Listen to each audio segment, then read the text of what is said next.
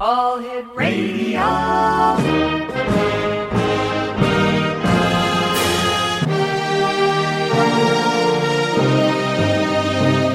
Welcome to the X Zone, a place where fact is fiction and fiction is reality.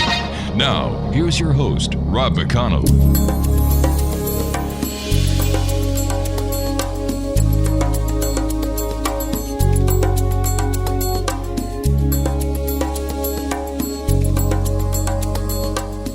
Welcome back to the X Zone, everyone. My name is Rob McConnell. We're coming to you from our broadcast center in Hamilton, Ontario, Canada. Worldwide toll-free 800-610-7035. Email xzone@xzoneradiotv.com. On all social media sites, X Zone Radio TV. And our website where you can listen to the X Zone 724-365 is www.xzoneradiotv.com. My guest this hour is a gentleman who is very well known throughout the UFO community. His name is Norio Hayakawa. He's led one of the most noted one-man crusades to reveal the true nature of the UFO scenario and how research being conducted inside Area 51 is being done to gain control over humanity by the sinister forces of the New World Order. Norio has spent countless hours camped out near Area 51 and has been repeatedly harassed by civilian authorities and a private organization hired by the military to do their dirty work. Norio has been a UFO researcher investigator since 1961. In 1990, he established the Civilian Intelligence Network, a Citizens Oversight Committee on Government Accountability, a grassroots watchdog group established to help ensure liberty, justice, and freedom of information for all. The website that we're promoting tonight for Norio is facebook.com/area51.us. Joining me now is Norio Hayakawa. And Norio, welcome to the X Zone. Thank you very much, Rob, for having me here tonight in your great program. Thank you, sir. Norio, you and I have been communicating before we went to air tonight, and we've been talking before we went to air. And you'd like to share something with the worldwide X Zone Nation tonight. Well, I would like to share the fact that as of this date, that means today, right now, as I'm speaking, I have decided to just depart from this field of ufology for good. In other words, this broadcast or this interview would be my last one of any kind. And I like to use this opportunity to let the people know that I have been investigating UFOs since 1961, and it's a fascinating field. But after more than 53 years of research, I have come to the conclusion that I was chasing something that I can not hold on, and I decided to spend the rest of my life doing more positive things, and so this is the reason why I am abandoning all my research, or actively at least. 53 years investigating UFOs, extraterrestrials, what is going on at Area 51. And you're going to be missed, my friend, because you've done a lot of valuable work over the years. And people know and respect you and your work. So I'm sure I can speak for everyone around the world when I say that you are going to be missed. Oh, thank you very much. In fact, I have no more knowledge about this phenomenon than when I started in 1961. That's my honest truth. Wow. And I can say that I have never, ever been any kind of expert on UFOs. I never have ever claimed that I was an expert on UFOs. And I believe that, of course, some people may think that I have done a lot, but actually I have not contributed anything, as far as I'm concerned, in this strange field. And but I don't regret all these years that I have involved myself in this very fascinating field, which I consider to be very important from the standpoint of human nature and human psychology.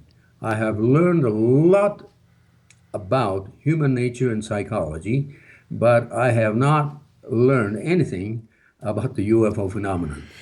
Norio, please stand by. You and I have to take a 2-minute commercial break. We'll be right back. Exo Nation, our special guest this hour on his farewell broadcast is Norio Hayakawa. Now, he said that he learned nothing.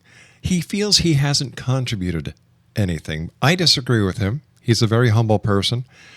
Because if he hadn't, Area 51 Facebook page would not be the largest page on Facebook about Area 51 as it is. Once again, if you'd like to visit Norio's Facebook page, it's facebook.com/area51.us. And we'll be back on the other side of this commercial break as we talk to Norio Hayakawa this hour about Area 51, extraterrestrials, UFOs, and much more. My name is Rob McConnell. This is the X Zone. We'll be back on the other side of this commercial break in 2 minutes. Don't go away.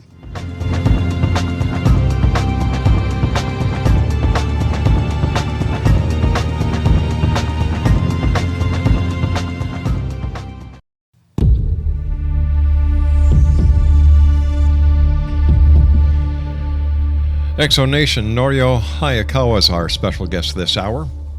Facebook.com/area51.us is the website to go to. And Norio, you've camped outside Area 51. You've been harassed by civilian authorities as well as the private organization that has been hired by the government to do their dirty work.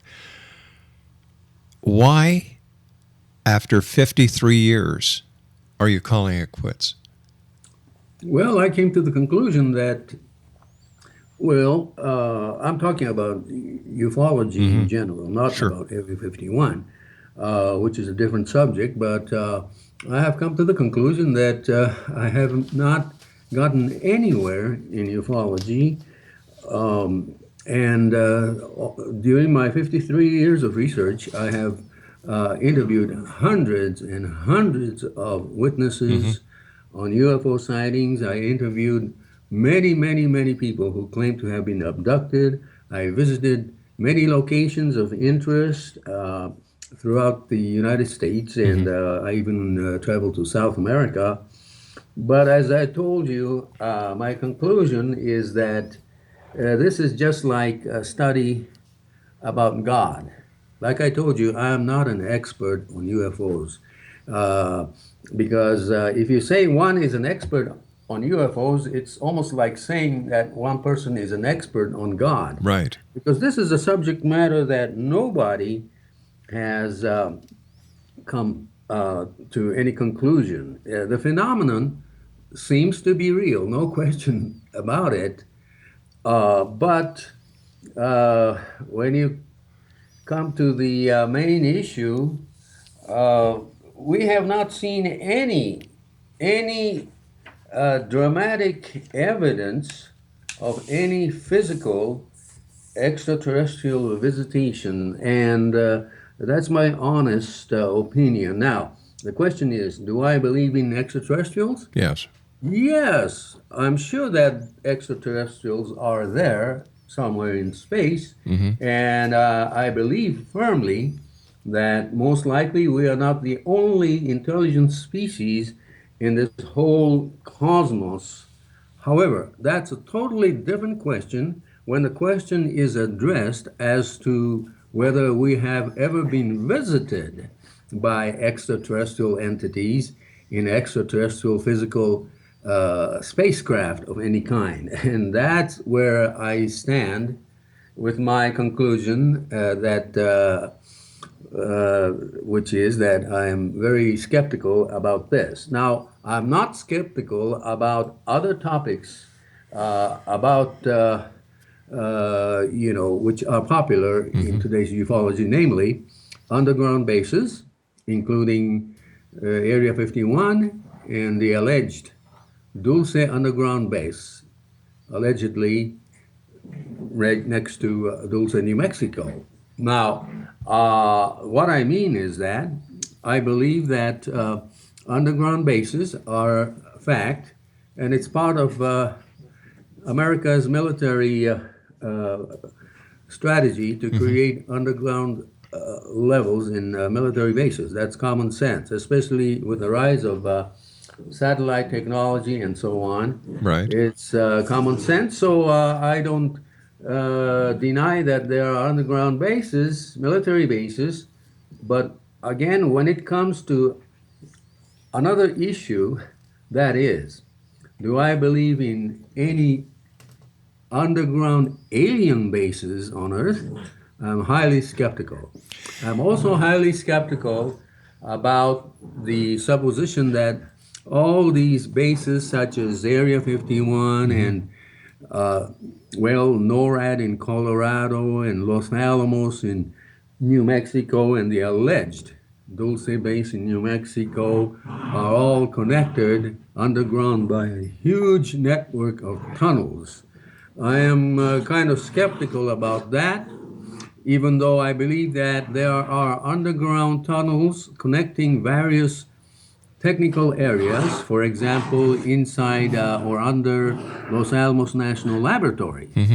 But I am skeptical about the intercontinental underground tunnel systems.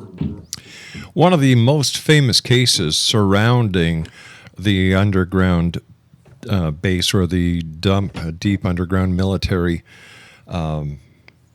bases is the conspiracy or the case surrounding Philip Schneider. Now, on TV a couple of weeks ago, there's a show called Hangar One. They did a segment on Philip Schneider where he was apparently in an underground base near Dulce, New Mexico, and he ran into a group of aliens that were in this underground base. I agree with you when it comes to the existence of extraterrestrials. I agree with you that there's a lot of skepticism and statements being made that are unsubstantiated by anything concrete.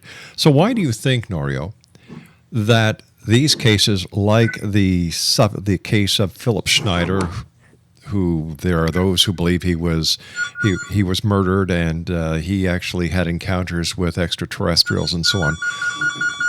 Why do you think these cases live on? Well, actually, there's a need for humanity to hold on to some belief. Mm-hmm. It's part of human nature. And there are many, many, many stories that have been imagined by lots of people, especially in the field of ufology. It's a psychological need for somebody to create a story, and most of these stories are based on personal accounts. And personal accounts, no matter how reliable it can be, is still just personal accounts of individuals. And in case of Phil Schneider, I'm very skeptical of his claims because not only because I have not seen any concrete physical documentary evidence whatsoever about his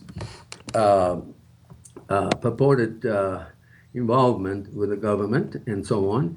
I am very skeptical. Not only that, but I have talked to a person, Charles Wright, who knows Phil Schneider's brother, and Phil Schneider's brother confirmed to him that Phil Schneider has had an illness, a psychological illness. In fact, he told my friend that his brother, namely the Phil Schneider, had a kind of a self-inflicting sickness, psychological sickness, and he has had a tendency to inflict himself. And but the main thing is that he just just felt like, well, maybe he thinks he's speaking reality, but it's a induced reality. Whether he induced it on himself or not, I don't know. Or he could have been manipulated or mind controlled by somebody or some group, or I don't know, to create this story.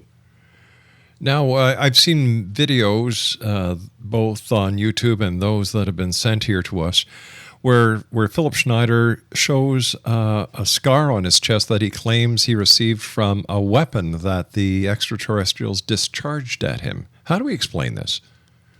Well, I'm sure that there are prosaic answers. And the conclusion about Phil Schneider is that a friend of mine, who no longer is here, the late Gabe Valdez, who used to be the New Mexico State Patrol officer in charge of Dulce, New Mexico for many years, he investigated the Phil Schneider's death, and he got in touch with the coroner and all that, and he has a document, and his son, Greg Valdez, also has a document stating that this was a suicide and not a murder. And that's all I can say. Plus, his wife was definitely claiming for some kind of a policy, Right. insurance policy, and her main interest was financial benefit. Sure, because if it was a suicide, the policy wouldn't I pay. hate to talk about these things because it's irrelevant to what I have been saying. That, first of all, I have not seen any physical, credible, tangible evidence of any extraterrestrial alien entities in extraterrestrial physical spacecraft of any kind. Nowhere I haven't seen any proof about that. So why should I go into the subject of extraterrestrial confrontation or conflagration under the supposed underground base in Dulce, New Mexico? I have no interest in that kind of a thing. I understand, and I agree with you fully, because when I was able to do the research that we did here, one of the red flags that we first noticed was the wife's interest in changing the coroner's report, because, like you said, suicide, you don't get paid your insurance, where murder or a questionable death you do. Great having you with us. I look forward to the rest of the hour with you, Norio. Please stand by. Exonation, our guest this hour is Norio Hayakawa. This is his final radio broadcast when it comes to Area 51. He's retiring after 53 years, hundreds and hundreds and hundreds of interviews.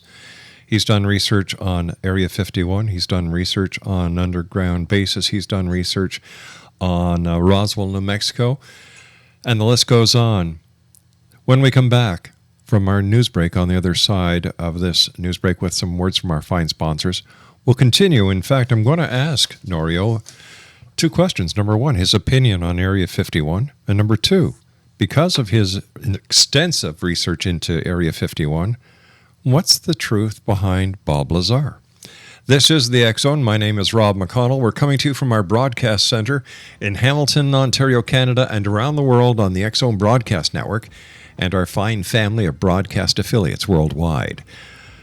We'll be back on the other side of this very short break with the news as Norio Hayakawa and I continue talking about UFOs, aliens, Area 51, and much more. Check out Norio on Facebook. Like him on Facebook at facebook.com area51.us. Don't go away.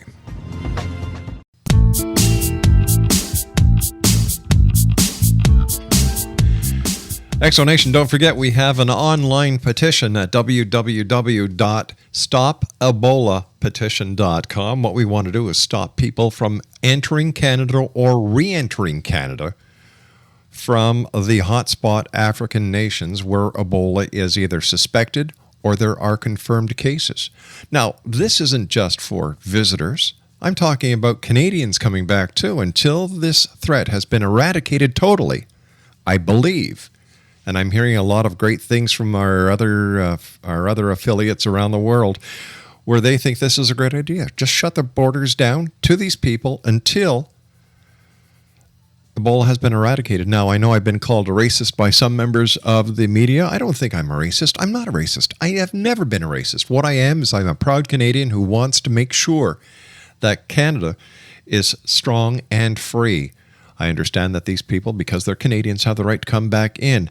But when it comes to national security, or if it comes to bringing in an illness, a virus, I think that this is where we draw the line. I'm sorry, this is what I believe. And when you sign our petition at www.stopebolapetition.com, it automatically goes to the Prime Minister of Canada, Stephen Harper, the Minister of Public Safety, Stephen Blaney. It also goes to members of Parliament. All they can do is say, well, geez, you know what? We're not interested. But what we can do as citizens is we, the people. It's not I, the person. It's we, the people. www.stopebolapetition.com. Norio Hayakawa is our special guest this hour, and his website is facebook.com/area51.us. Norio, Bob Lazar, what's the real story? Well, the real story is this. Bob Lazar is definitely a highly intelligent individual with tremendous knowledge of various kinds of weapon systems. And definitely he continues to conduct business with defense contractors indirectly through his website. But he has become a very important personality insofar as Area 51. Remember that Area 51 has definitely become a cultural symbol, and it has become an important part of America's culture that includes beliefs and research and studies and so on. And Area 51 is now deeply integrated in the American pop culture, and therefore it has created a lot of misunderstandings. But the fact is, Area 51 is a humongous military research, development, and testing complex in Nevada, employing anywhere from 1,800 to 2,200 employees, even at this moment, and conducted by at least a dozen defense contractors such as Raytheon and Boeing and Lockheed, General Atomics, and you name it. There are about a dozen contractors present at this time in Area 51, and it's really an open secret. It's one of the most open secrets in America, but there is a lot of misunderstanding about Area 51. Now, the popular question about Area 51 is naturally, is there any alien technology over there? Because Bob Lazar claimed in 1989 that he had worked on reverse engineering of extraterrestrial craft over there at Area 51. By the way, let me explain to some of the audience that reverse engineering actually is a term that was invented by the military to describe working on recreating the enemy's weapon systems and aircraft and so on. That's called reverse engineering. The term foreign technology division. Foreign technology has nothing to do with extraterrestrial technology. Foreign technology division basically means that the United States was interested in acquiring technologies of enemy nations during the World War II and so on. That's called a foreign technology. nothing to do with aliens. And reverse engineering means just recreating the enemy aircraft, such as the MiG aircraft that the United States acquired during the Cold War. Yes. And so these terminologies have caused misunderstanding among some people. Now, my opinion is that Bob Lazar was instrumental in the creation of the alien connection to Area 51. That's the basic premises that I have come to, all these years. And there's nothing mysterious about Area 51 except that the Air Force has benefited from the association of this important military facility with alien technology, thus bringing a laughter curtain to this very important subject. I'm interested in Area 51 simply because it's part of our hard-earned tax dollars, and we have every right to know what is really going on with our hard-earned tax dollars at places such as this. And my main interest in Area 51 has always been not about the secret programs or black budgets and so on, but about making sure that our hard-earned tax dollars are not being used to create environmental hazards and destroying our environment. The biggest problem with any kind of black projects programs is how to take care of waste matters and waste materials, chemicals, nuclear wastes, and all these items. In fact, they have not thought of, prior to creation of black projects, how to dispose of these substances. And now it's kind of too late, as far as I'm concerned. They have had to throw these matters into, into open spaces and you name it. That's the biggest headache of American black project programs.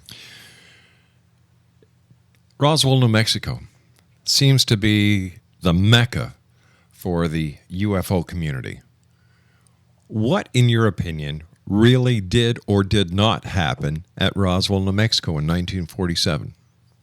Well, Roswell was a location where something went awry. And by something, I'm talking about a military project going awry. The United States military has been conducting lots of tests ever since 1945. After World War II, in 1945, the U.S. brought hundreds and hundreds of German scientists and rocket engineers and also biologists from Germany in a program called Operation Paperclip. And these hundreds of scientists and engineers and biologists came to New Mexico, and many of them were transferred to White Sands missile ranges, and some of them were transferred north to Los Alamos National Laboratories. But in the southern area, namely the White Sands area, the United States military began to conduct many experiments with rocketry and other weapon systems. The Germans were very smart in creating other kind of aircraft, for example, the flying wing aircraft and prototypes of other aircraft.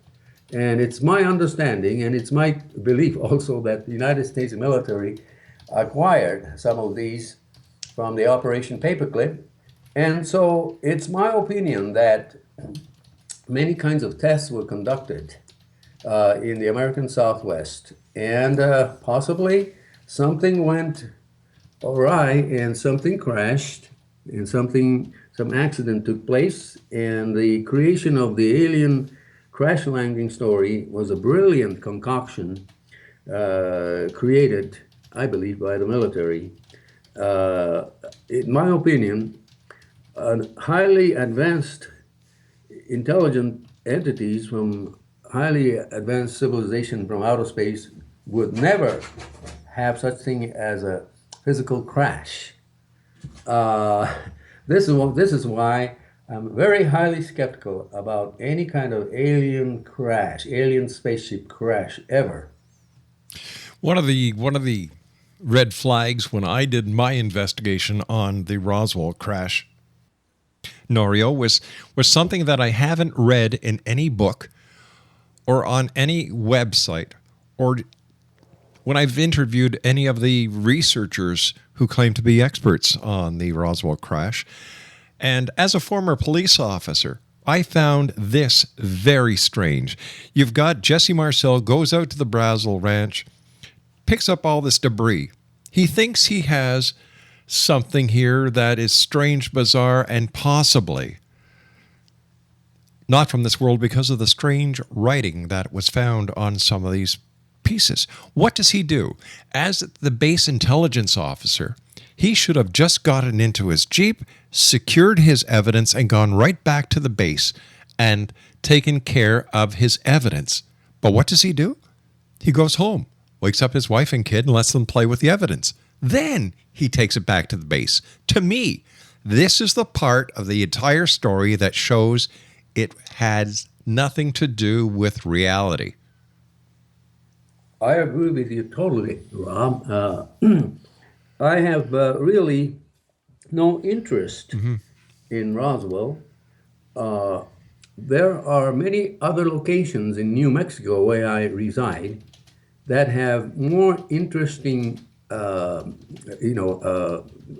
matters. For example, in northern New Mexico, in Farmington, and Socorro, New Mexico. There are many, many locations in New Mexico that deserve more attention than Roswell.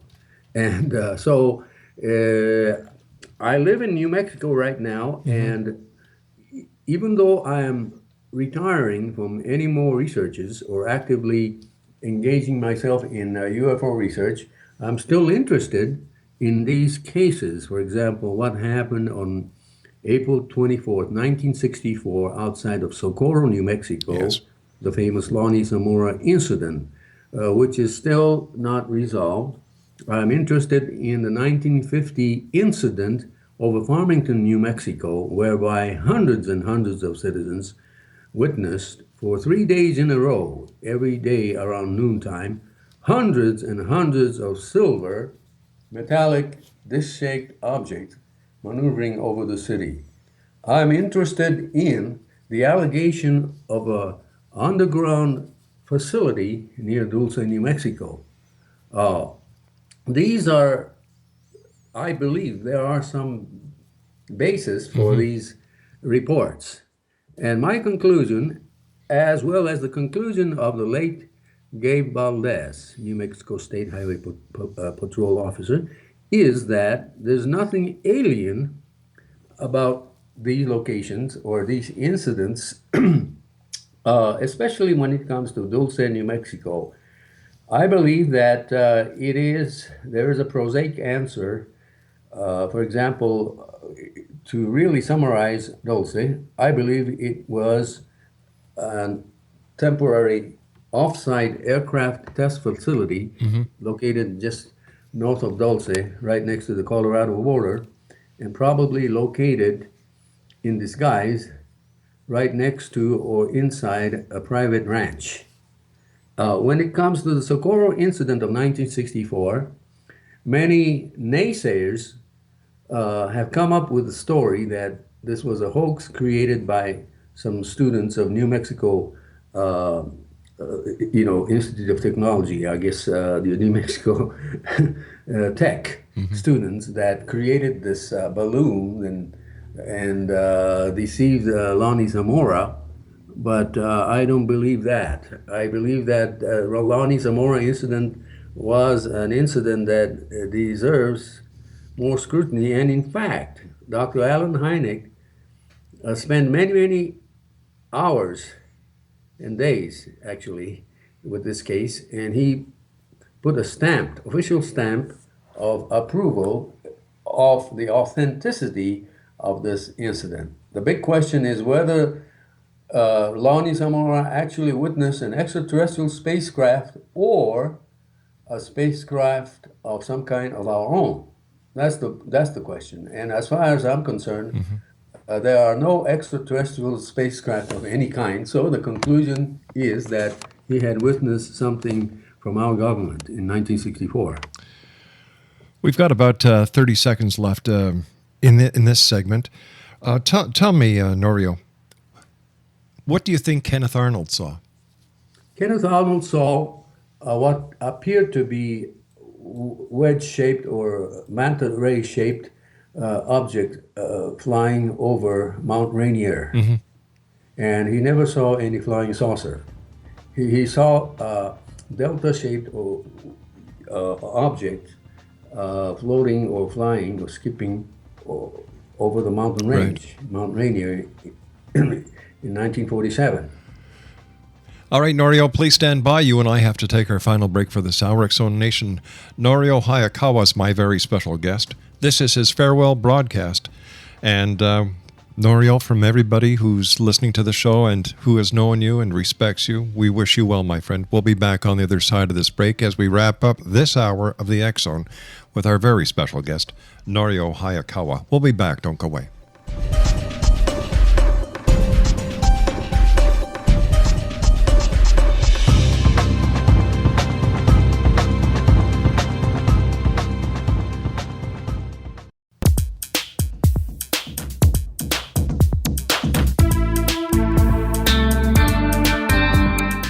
X Zone Nation, Norio Hayakawa is our special guest this hour.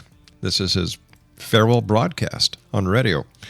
And he's going to keep his website, his Facebook page up, I should say, at facebook.com/area51.us. First of all, Norio, again, thank you so much for coming on the show tonight. It's a pleasure to speak to you. Thank you for your many years of research. And when it comes to reverse engineering, I have my own little way of disproving it when it comes to extraterrestrial craft from other planets. Here we are in the year 2014. We're still using old technology in our rockets. We're still spending months and months getting to Mars. If we did, in fact, have reversed engineering from extraterrestrial spacecraft, wouldn't this be incorporated into present-day rocketry? And wouldn't NASA be using this instead of spending billions upon billions upon billions to get to a dead planet? Exactly. You hit it right on the nail. Yeah. Many of the items that we possess, for example, the SR-71 and so on, and these aircraft are still can still be used, and in fact, even though they retired allegedly F-117 aircraft, they still use them because, as you said, if we ever had any kind of alien technology, we would not be using these conventional things. Yeah. And so there is my as you said, a proof that we have not acquired anything extraordinary. Plus, do you really think the extraterrestrials invented Tang? Now, come on, gang. Listen, Norio, we're coming to the end of this hour very fast. Too fast, as a matter of fact. But I've got to throw you an oddball question. We're coming up to the month of November, and it's known for two things. Number one, the wreck of the Edmund Fitzgerald on Lake Superior, but also the assassination of JFK. Who do you really think killed JFK? Well, it's a hard question. I am skeptical about the orchestrated conspiracy by a nefarious cabal of any group. I haven't seen any evidence linking to that, but I don't know. Conspiracy theories are part of America's culture. It's just as American as apple pie. And the fact that Americans are fascinated with conspiracy theories is because conspiracy theories bring comfort to a lot of people. Conspiracy theories bring comfort to those who are against the government in many ways. And, this is related to UFOs. UFOs have become part of conspiracy, the cover-up and so on. But as far as I'm concerned, the government has not tried to intentionally cover up any UFO items.